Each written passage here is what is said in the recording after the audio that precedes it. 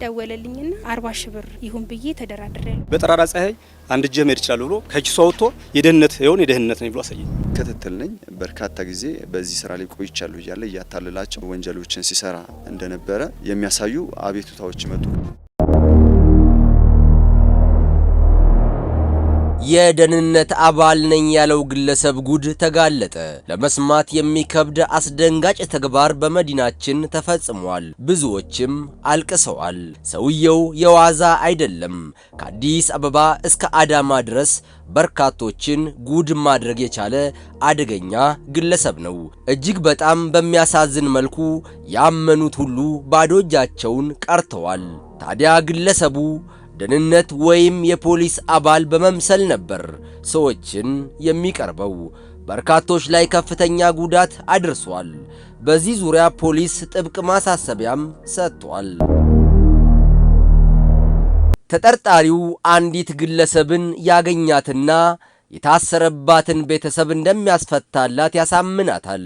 ወደ አዳማ ድረስም በመዝለቅ አንድ አካል ጉዳተኛ የሆነን ወጣት አዲስ አበባ ሄደ መለመን አለብህ፣ ይህን ደግሞ እኔ አመቻችልሃለሁ በማለት ይዞት ይመጣል።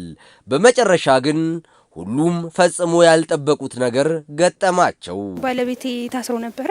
ደወለልኝ። ጓደኞቹ ናቸው፣ የቅርብ ጓደኞቹ። ደወለልኝና 2 ፖሊስ 2 ክትትሎች አሉ፣ 50 ሺህ ብር ተነጋግሬያለሁ። ስለዚህ 50 ሺህ ብር ልጁ ኬት ያመጣል?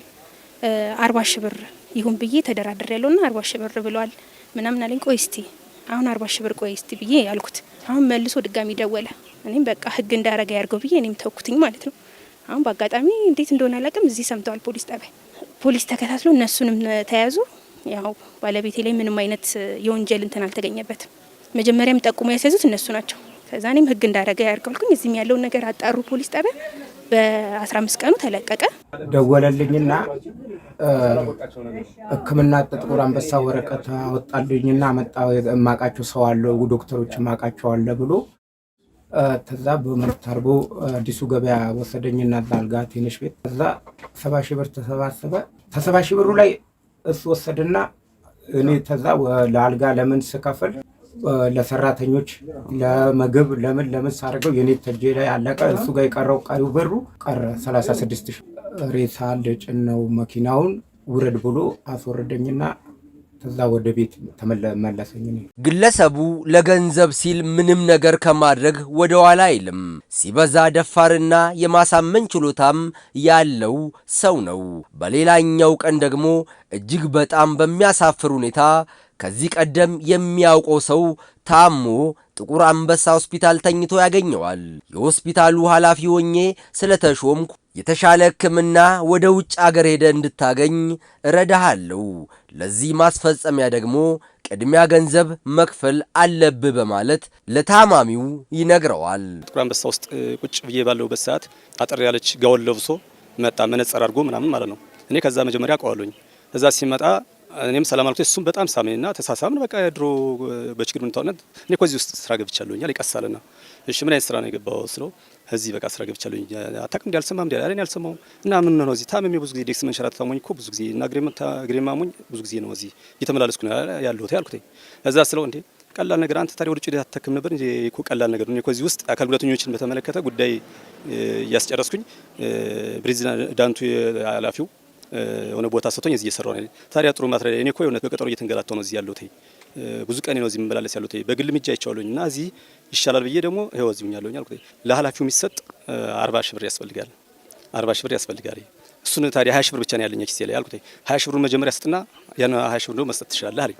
ከዛ እሺ ብዬ 20 ሺህ ብሩን እዚህ ቀጨኔ መድኃኒዓለም እንትን ቀጨኔ ማዞሪያ 8 ቁጥር ማዞሪያ ላይ ከዛ በአካውንት አስገባሁት። አብዲ አህመድ የሚል ስም አለው የራሱ አካውንትም አለው አብዲ አህመድ በሚል ማለት ነው። እዛ አስገባውለት። ካስገባውለት በኋላ እንደገና የሆነ የሚያስታምም ልጅ ነበር። ከሱ ላይ 20 ሺህ ብር ተቀበልኩና ስለ 1 ሺህ ብር ያስጨምራል 1 ሺህ ብር ያስጨምራል አለኝ። 21 ሺህ ብር በእጁ ሰጠሁት። የተበድሬ ማለት ነው የሰጠሁት 21 ሺህ ብር በእጁ ሰጥቼዋለሁኝ። 20 ሺህ ብር በአካውንት አስገብቼለታለሁኝ። እንዲያውም አካውንት ቁጥሩን አሁን አግኝቻታለሁኝ ማለት ነው። አብዲ አህመድ የሚል ስም አለው።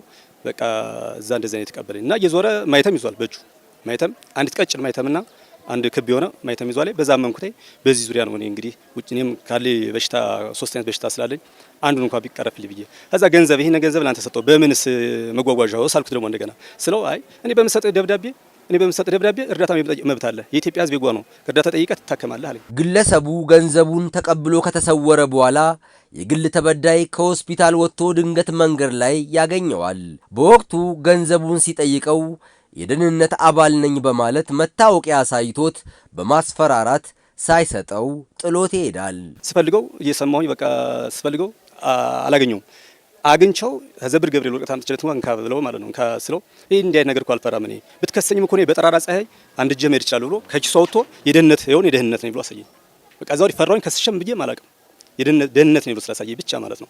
ከዛ እኔ ከስቼ ማላቅም አሁን በቀደም ባለፈው የዛሬ ሳምንት አካባቢ በፖሊስ አባል ተይዞ ሲመጣ በመኪና ሲያስገቡት አየሁኝ። ተከታተልኩ። አሁንማ መታገል አለብኝ ተከታተየ ስል እዛኛው ሲሄድ አጣውቴ ከዚህኛው ስመጣ አገኘሁት ያው ክሴን ጀመርኩ ማለት ነው። ግለሰቡ በዚህ ሳያበቃ አሁንም በድጋሚ በጦር መሳሪያ የተጠረጠረን ሰው ቤተሰቡን ደህንነት ነኝ ብሎ በማስፈራራት ገንዘብ ተቀብሎ ይሰወራል።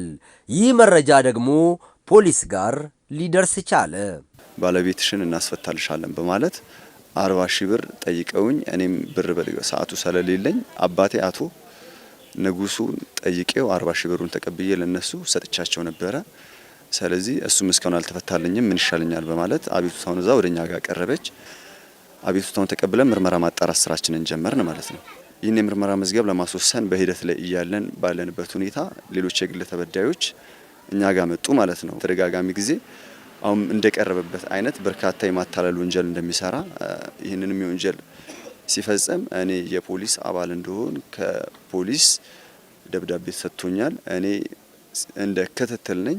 በርካታ ጊዜ በዚህ ስራ ላይ ቆይቻለሁ እያለ እያታለላቸው ለበርካታ ጊዜ እንደዚህ አይነት ወንጀሎችን ሲሰራ እንደነበረ የሚያሳዩ አቤቱታዎች መጡ። ከዚህ መካከል ላይ አንድ አቶ ገርሉ ይርሳው የሚባሉ እኛ ጋር ቀርበው ቃል ሰጥተው የምርመራ መዝገብ አሁን በሂደት ላይ ያለበት ያሉት ጥቁር አንበሳ ሆስፒታል ላይ ተታከማለ አካል ጉዳተኛ መሆን አይቻለሁ። ፕሬዝዳንቱ ደግሞ እዚህ እኔን የቀጠሩኝ እንዳንተ አይነቱን አካል ጉዳተኞችን እንድረዳ ነው። ለዚህም ግን 41 ሺህ ብር ያስፈልጋል በሚል ብር ይቀበላቸውና ከአካባቢው ላይ የተሰወረ መሆኑን ወይዘሮ ማርታ ንጉሴ መዝገብ ላይ ሲያዝ አይተው ቀርበው አቤቱታቸውን ያቀረቡ መሆኑን ገለጹልን። ከዚህ ውጪ ግን አራተኛ የምርመራ መዝገብ የሚሆነን ናዝሪት ከተማ ላይ እንደሚገኝ አካል ጉዳተኛ ነው ልክ አንድ አቶ ገርሉ 36 ሺህ ብር የተቀበለው እንዳለ ጠቆመው ደርሶን በአጠቃላይ እኛ ጋር 4 የምርመራ መዝገብ ነው ያላቸው። አንዳንድ ግለሰቦች ራሳቸውን ባልተገባ መልኩ ለመጥቀም ሲሉ ልዩ ዘዴዎችን በመጠቀም ሰዎችን አሳምነው ያታልላሉ። ይህ ደግሞ ፈጽሞ አግባብነት የሌለው ተግባር እንደሆነም ተገልጿል። ታዲያ ከዚህ ተምራችሁ ሁላችሁም ጥንቃቄ አድርጉ። በእርግጥ እኔ ከመጀመሪያም ስለማቀው ነው የፊቱ ሃይማኖቱ ያለ መስሎ ነው እንጂ ብዙ አሳልፈናል። የሆነ የ50 ሳንቲም ቤት እየተኛን በችግር አሳልፈናል። ያን ብዬ እንጂ እኔ ያን ብዬ ነው እንጂ እሱ እንዲወስድብኝም ወይም ደግሞ እሱ እንት እንዲል ፈቅጄ አይደለም። ግን እምነት ጣልኩበት።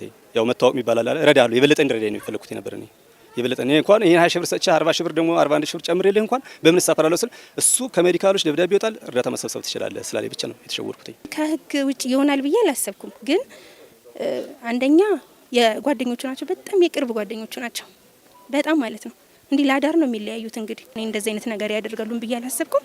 ብር ይዛ መጣች ከአባቷ ጋር ሆኖ እኔ ያለው እንደገና ደግሞ አንድ ሌላ ሰው አለ።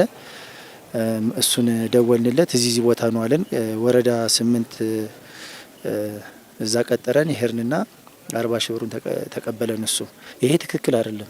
እኛም ባረግነው ነገር ተጸጽተናል በጣም።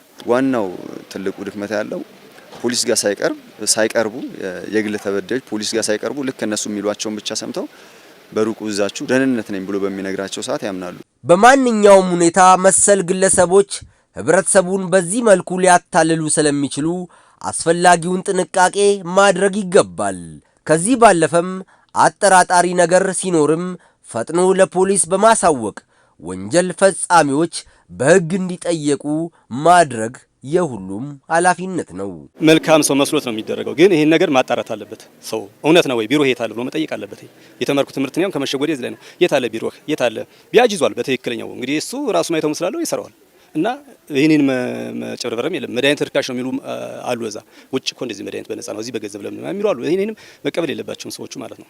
በተለይ ደግሞ እግዚአብሔር ብሎ ደግሞ እንዲያው በዛው ቀጠሮን በዛ ምንም በዛ ቀጥታውን በዛው ቀጠሮን አክብሮ በዛው ቢታከም ይሻላል እንጂ በአቋራጭ ይታከማል የሚለው ቢቀርጥሩ ነው። ጥንቃቄ እንዲያደርጉ ነው ሰው የፈለገው። ማጭበርበሩ ስለተስፋፋ ይህ ነገር ጥንቃቄ መደረግ አለበት። ህግም አካሉ መመርመር አለበት። ሊታሰር ይችላል፣ ሰው በተለያየ ቦታ ላይ ሊታሰር ይችላል። ነገር ግን ውጪ ላይ ማንኛውም ሰው አስፈታለሁ ብሎ በሚናገረው ሊፈታ እንደማይችል አውቀው ህግን ተከትሎ የታሰረ ሰው ህግን ተከትሎ የሚፈታ ስለሆነ ቀርቦ አናግረው መጠየቅም ካስፈለጉ እዚህ ፖሊስ መምሪያ ላይ ቀርበው ኃላፊዎችን ከዛም ውጪ የመዝገቡን ባለቤት መርማሪዎችን ኬዙ ምንድነው በሚል በስርዓቱ ተረድተው ከማወቅ ውጪ በዚህ መልኩ ብር በመስጠት ብቻም ሊፈታ የማይችልም ስለሆነ ውጪ ላይ አምነው ብር በመስጠት ብቻ ሊፈታ እንደማይችል አውቀው ወዲሁን ተንቢሉ የተሻለ ነው ብዬ አስባለሁ። ተመልካቾቻችን ለአሁኑ ወደ እናንተ ያደረስነው መረጃችን ይህን ይመስላል። አብራችሁን ስለነበራችሁ እናመሰግናለን። በቀጣይ የተለያዩ የጥንቃቄ መረጃዎች እንዲደርሷችሁ ቻናላችንን ሰብስክራይብ በማድረግ የሚዲያችን ቤተሰብ ይሁኑ። ይህ ዴይ ቱ ዴይ ኢትዮጵያ ነው።